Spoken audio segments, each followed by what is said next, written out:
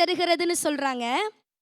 ஒரு அறிஞர் தான் அழகா சொன்னார், நாம் வாழ்வதற்கும் பொருள் வேண்டும், நாம் வாழக்கூடிய வாழ்க்கைக்கும் பொருள் வேண்டும் அப்படின்னு சொன்னார். ஒரு மனுஷன் பணக்காரனா வாழறான், அவன் இறந்து போயிடுறான். பின்னாடி இருக்கவன் என்ன சொல்லுவான்?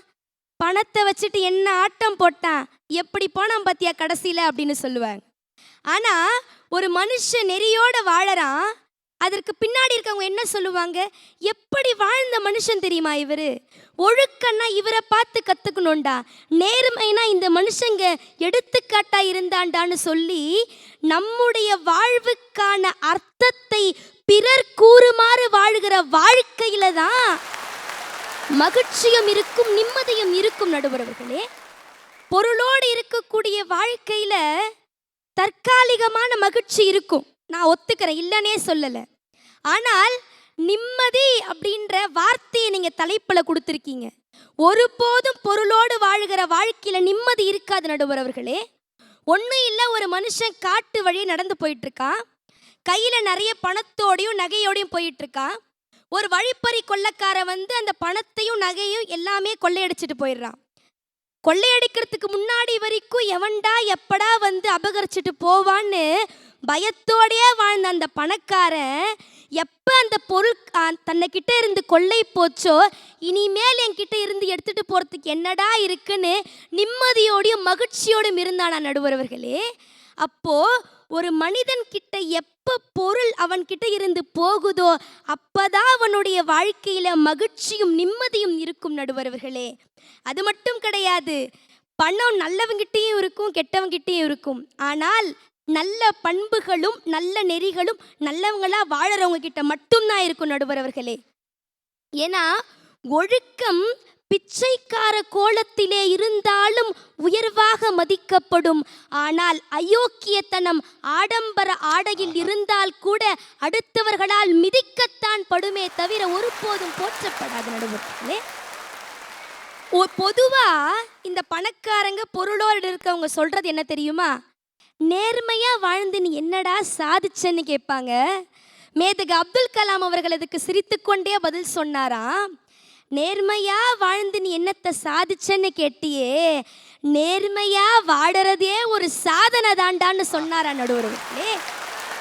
இப்படிப்பட்ட நெறியோடு வாழக்கூடிய வாழ்க்கை தானே மகிழ்ச்சியும் நிம்மதியும் தரும் நடுவர்களே.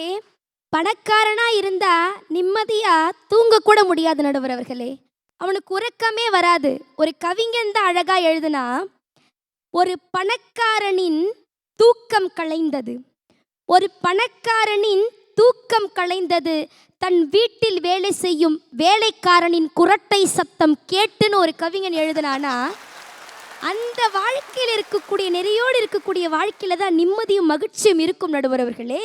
இந்த உலகத்துல யாரு பணக்காரன் நினைக்கிறீங்க நீங்க? 10 மாடி கட்டடத்துல வாழறவ இல்ல பணக்காரன், 10 ஜாதி தனங்களோட சொந்த பந்தங்களோட வாழறவ தான் பணக்காரன் நடுவர்களே. ஆடிக்கார்ல போறவெல்லாம் வசதியான வாழ்க்கை வாழறான்னு சொல்ல முடியாது. கடைசி வரைக்கும் ஆஸ்பத்திரிக்கு போகாம எவன் வாழறானோ அவன் தான் வசதியான வாழ்க்கையில் இருக்கான். அப்பார்ட்மெண்ட்ல வாழறவெல்லாம் வசதியான வாழ்க்கை வாழறான்னு சொல்ல முடியாது. பெத்த அப்பா அம்மாவோட யாரு வாழறாங்களோ அவங்க தான் வசதியான வாழ்க்கையை வாழறோம்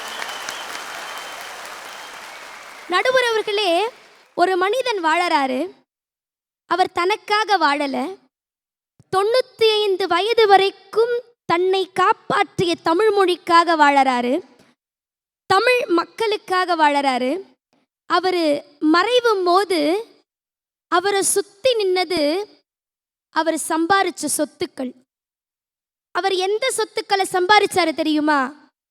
மனைவி, தன்னுடைய குழந்தைகள், பேர குழந்தைங்க, கொல்லுப்பேரனோட சுத்தி நின்று அவருடைய மறைவுக்கு அவருடைய மகிழ்வுக்கும் நிம்மதிக்கும் வழிவகுத்தது நெறியோடு வாழ்ந்த அந்த மனிதன் சம்பாதித்த அந்த சொந்த பந்தங்கள்.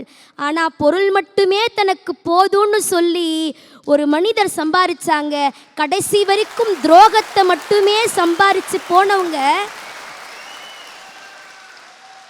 அந்த பொருளோடு கூடிய வாழ்க்கையை உங்களுக்கு நிம்மதியை தந்ததா? போன காலத்துல ஆளு பூரா இப்ப விசாரணை கமிஷன்ல இருக்கு.